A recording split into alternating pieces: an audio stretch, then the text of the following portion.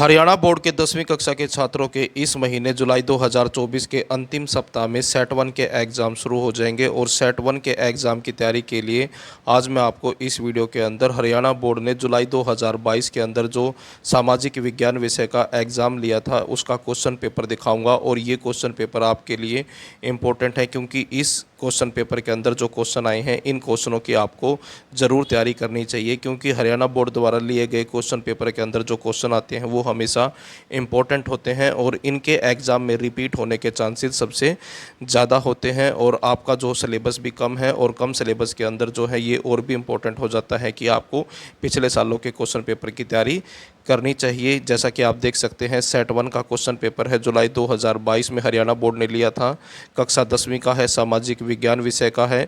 1 घंटे का टाइम मिलता है आपको क्वेश्चन पेपर सोल्व करने के लिए और 20 नंबर का क्वेश्चन पेपर आया था, लेकिन इस बार जो आपका क्वेश्चन पेपर आएगा वो 40 नंबर का आएगा। और पहला क्वेश्चन देखें, इस क्वेश्चन पेपर का पहला क्वेश्चन है इसके अंदर, हड़प्पा स्थल की खोज किसने की थी। जो हड़प्पा सभ्यता के बारे में आपने सुना होगा, हड़प्पा स्थल को जो है सरस्वती सिंधु सभ्यता भी कहते हैं। और ये जो हड़प्पा नाम है ये जगह का नाम है और ये पहली जगह थी जो हड़प्पा इस सभ्यता के अंदर खोजी गई थी। और इस सभ्यता की जो खोज की थी दयाराम साहनी ने की थी, यानी कि सरस्वती सिंधु सभ्यता या फिर जो हड़प्पा सभ्यता है इसकी खोज दयाराम साहनी ने की थी। दूसरा क्वेश्चन देखिए, दूसरा क्वेश्चन है लौह अयस्क निम्नलिखित में से किस प्रकार का संसाधन है। लौह अयस्क वो होता है जिसमें से लोहा निकाला जाता है, यानी कि लोहा पाया जाता है और ये संसाधन है। और ये किस तरह का संसाधन है ये पूछा गया है, तो ये संसाधन है गैर नवीकरणीय।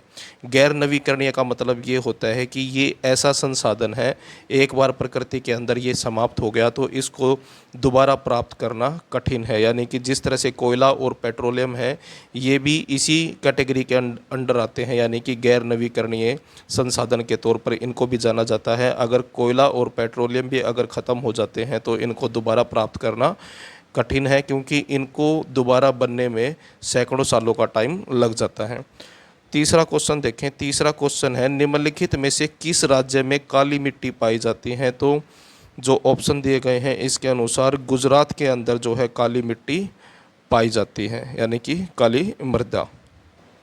उसके बाद क्वेश्चन नंबर 4 है पंचायती राज प्रणाली में शामिल है, यानी कि जो पंचायती राज जो है इसमें शामिल होता है। तो पंचायती राज के अंदर जो सबसे छोटी इकाई होती है वो होती है गांव, और कई सारे गांवों को मिलकर बनता है ब्लॉक और ब्लॉक से मिलकर बनता है जिला। तो इसका जो आंसर है वो है ऑप्शन घ, गांव, ब्लॉक और जिला स्तर ये जो है पंचायती राज प्रणाली में शामिल है, यानी कि इसके अंतर्गत आते हैं। अगला क्वेश्चन है निम्नलिखित में से कौन सा क्षेत्र भारत में सबसे बड़ा नियोक्ता है, यानी कि कौन से क्षेत्र में सबसे ज़्यादा लोग जो है जुड़े हुए हैं। तो ये क्षेत्र है प्राथमिक क्षेत्र, और जो कृषि है वो प्राथमिक क्षेत्र के अंतर्गत आती है, यानी कि मत्स्य मछली पालन जो है वो भी प्राथमिक क्षेत्र के अंतर्गत आता है। उसके बाद अगला क्वेश्चन है क्वेश्चन नंबर 6, सरस्वती सिंधु सभ्यता के 2 प्रमुख नगरों के नाम बताओ। यानी कि हड़प्पा सभ्यता जिसके बारे में पहले भी हमने बात की थी, जो सरस्वती सिंधु सभ्यता है, यानी दोनों एक ही हैं और इनके 2 प्रमुख नगरों के नाम बताने, यानी कि इस सभ्यता के अंदर जो पाए गए थे जो 2 नगर जो प्रमुख हैं उनके बारे में बताना है। सबसे पहला है हड़प्पा और दूसरा है मोहनजोदड़ो। उसके बाद अगला क्वेश्चन है भारत के किन्हीं 2 राज्यों के नाम बताइए जो सौर ऊर्जा से संपन्न है। यानी कि भारत के अंदर 2 राज्यों के नाम बताने हैं जहां पर सौर ऊर्जा का प्रयोग किया जाता है, यानी कि सौर ऊर्जा के मामले में ये संपन्न है।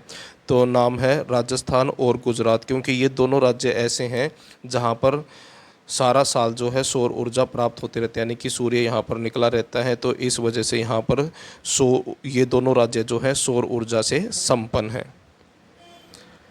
उसके बाद अगला क्वेश्चन है सरकार के उच्च और निम्न सत्रों के बीच शक्तियों के विभाजन को क्या कहा जाता है। यानी कि सरकार के जो उच्च हैं और निम्न सत्र हैं, उच्च सत्र और निम्न सत्र, इन दोनों के बीच जो शक्तियों का विभाजन किया गया है, यानी कि शक्तियों का जो बंटवारा किया गया है उसको क्या कहते हैं। तो इसके 2 आंसर बनेंगे। एक तो हम इसको कह सकते हैं शक्तियों का विकेंद्रीकरण करना, शक्तियों का विकेंद्रीकरण, ये भी आंसर में लिख सकते हो, या फिर ऊर्ध्वाधर विभाजन। इन दोनों में से कोई भी जो आपको आसान लगे वो आंसर आप लिख सकते हो। उसके बाद क्वेश्चन नंबर 9 है, भारतीय संविधान में विषय को कितनी सूचियाँ दी गई हैं। विषय की कितनी सूचियाँ दी गई हैं। विषय ये होते हैं कि जिसके ऊपर या तो केंद्र सरकार को या फिर राज्य सरकार को या फिर दोनों को जो है कानून बनाने का अधिकार होता है। तो ऐसी 3 सूचियां हैं। एक तो संघ सूची है। संघ सूची का मतलब ये है कि इसके अंतर्गत ऐसे विषय आते हैं जिसके ऊपर केवल और केवल केंद्र सरकार जो है कानून बनाती है। राज्य सरकार का मतलब ये, राज्य सूची का मतलब ये है कि ऐसे विषय जिसके ऊपर केवल राज्य सरकार जो है, राज्य की जो सरकार है, लोकल सरकार, वो कानून बनाती है। और समवर्ती सूची के अंतर्गत ऐसे विषय आते हैं जिसके ऊपर दोनों, यानी कि राज्य भी और केंद्र भी दोनों ही कानून बना सकते हैं। उसके बाद अगला क्वेश्चन है, नरेगा 2005 के अनुसार सरकार कितने दिनों के रोजगार की गारंटी देती है। यानी कि ये जो स्कीम है नरेगा, इस स्कीम के अंदर जो रोज़गार देने की जो गारंटी, यानी कि कितने दिनों तक जो है रोज़गार उपलब्ध कराने की सरकार की गारंटी होती है, तो आंसर है 100 दिनों की। यानी कि 100 दिनों का रोज़गार जो है सरकार देती है इस स्कीम के तहत। उसके बाद अगला क्वेश्चन है क्वेश्चन नंबर 11, सरस्वती सिंधु सभ्यता नगर योजना की कोई 2 विशेषताएं लिखी। यानी कि इस सभ्यता के अंदर जो नगर थे उन नगरों की कोई 2 विशेषताएं बतानी है। तो पहला है, मकान पक्की ईंटों से बने थे। यानी कि सरस्वती सिंधु सभ्यता के जो नगर थे वे पक्की ईंटों से बने थे, यानी कि मकान जो थे वो पक्के थे। सड़कें और गलियां 9 से 34 फुट चौड़ी थी। यानी कि जो इस सभ्यता की जो सड़कें होती थी वो 9 से 34 फुट तक चौड़ी होती थी, यानी कि सड़कें होती थी। और वो जो है उनकी चौड़ाई भी बता रखी है कि 9 फुट से लेकर 34 फुट तक वो चौड़ी होती थी। उसके बाद अगला क्वेश्चन है, राष्ट्रीय विकास क्या है। आंसर देखें। आंसर है, राष्ट्रीय विकास का अर्थ है किसी देश के नागरिकों के स्वास्थ्य सुविधाएं, सामाजिक सुविधाएं, शिक्षा स्तर, प्रति व्यक्ति आय आदि में सुधार और विकास। यानी कि राष्ट्रीय विकास का मतलब है किसी देश का विकास इस तरह से मापा जाता है कि वहाँ के जो नागरिक हैं उनका जो स्वास्थ्य सुविधाएं हैं, उनके लिए जो स्वास्थ्य से संबंधित जो सुविधाएं हैं उनका स्तर क्या है, सामाजिक सुविधाएं किस तरह की दी गई हैं, शिक्षा का स्तर क्या है, प्रति व्यक्ति आय कितनी है। इन सब चीज़ों से जो है किसी देश के विकास के बारे में पता चलता है और इसी को ही राष्ट्रीय विकास कहते हैं। उसके बाद अगला क्वेश्चन है, संसाधन का वर्णन करें, 2 उदाहरण दीजिए। आंसर देखें। हमारे पर्यावरण में उपलब्ध हर वह वस्तु संसाधन कहलाती है जिसका उपयोग हम अपनी आवश्यकताओं की पूर्ति के लिए करते हैं। यानी कि प्रकृति के अंदर पाई जाने वाली हर एक वो वस्तु जिसका उपयोग हम अपनी सुविधाओं के लिए करते हैं वो चीज़ जो है संसाधन कहलाती है। और उदाहरण के तौर पर यहाँ बताया गया है कि कोयला जो प्रकृति में पाया जाता है वो भी संसाधन है, जल है, वायु है, मिट्टी है, खनिज है, जो मानव है, मानव भी जो है संसाधन होते हैं। मानव संसाधन के बारे में आपने पढ़ा भी होगा। तो हर एक वो वस्तु जिसका प्रयोग मनुष्य अपनी आवश्यकताओं की पूर्ति के लिए करता है, ज़रूरतों के पूरा करने के लिए करता है, उसको संसाधन कहते हैं। उसके बाद अगला क्वेश्चन है, संघीय सरकार में शक्तियाँ कैसे विभाजित होती है। यानी कि जो संघीय सरकार है, भारत के अंदर जो है संघीय ढांचा है और इसके अंदर ये बताया गया, इसमें ये पूछा गया है कि संघीय जो सरकार होती है उसमें शक्तियों का विभाजन कैसे होता है। यानी कि जो शक्तियाँ हैं उनका विभाजन कैसे किया गया है। आंसर देखिए। भारत में शक्तियों का विभाजन 3 सूचियों में किया गया है। पहला है संपूर्ण देश के प्रमुख विषय, यानी कि इस पूरे देश के जो मुख्य विषय हैं, जैसे कि रक्षा से संबंधित, विदेशी मामलों से संबंधित, डाक या तार से संबंधित, वित्त से संबंधित, ये सारे जो विषय हैं केंद्रीय सूची के विषय हैं। यानी कि केंद्र सरकार इनके ऊपर कानून बनाती है।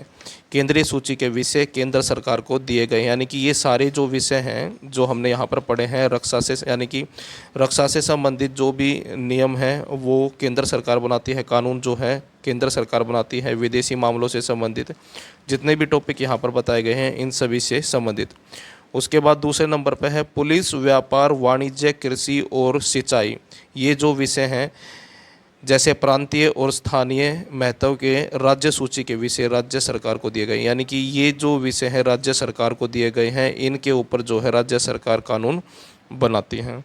उसके बाद शिक्षा, वन, मजदूर संघ, विवाह, गोद लेना आदि समवर्ती सूची के विषय दोनों सरकारों को दिए गए। यानी कि ये समवर्ती के सूची के विषय हैं, यानी कि ऐसे विषय हैं जिसके ऊपर केंद्र सरकार भी और राज्य सरकार दोनों ही कानून बना सकती है। और इसके अलावा बाकी बचे विषय जो है केंद्र सरकार को दिए गए हैं, यानी कि इन सभी जो विषय यहाँ पर बताए हैं, इसके अलावा जो विषय बच गए हैं वो सारे विषय जो हैं केंद्र सरकार के पास हैं, यानी कि केंद्र सरकार उनके ऊपर कानून बनाती है। तो ये था आपका 10वीं कक्षा का सेट 1 के एग्ज़ाम के लिए क्वेश्चन पेपर का सॉल्यूशन। वीडियो अच्छी लगे तो लाइक करें, चैनल को सब्सक्राइब करके ऑल के बटन के ऊपर क्लिक कर लें ताकि जब नेक्स्ट वीडियो अपलोड हो तो उसका नोटिफिकेशन आपको मिल जाए।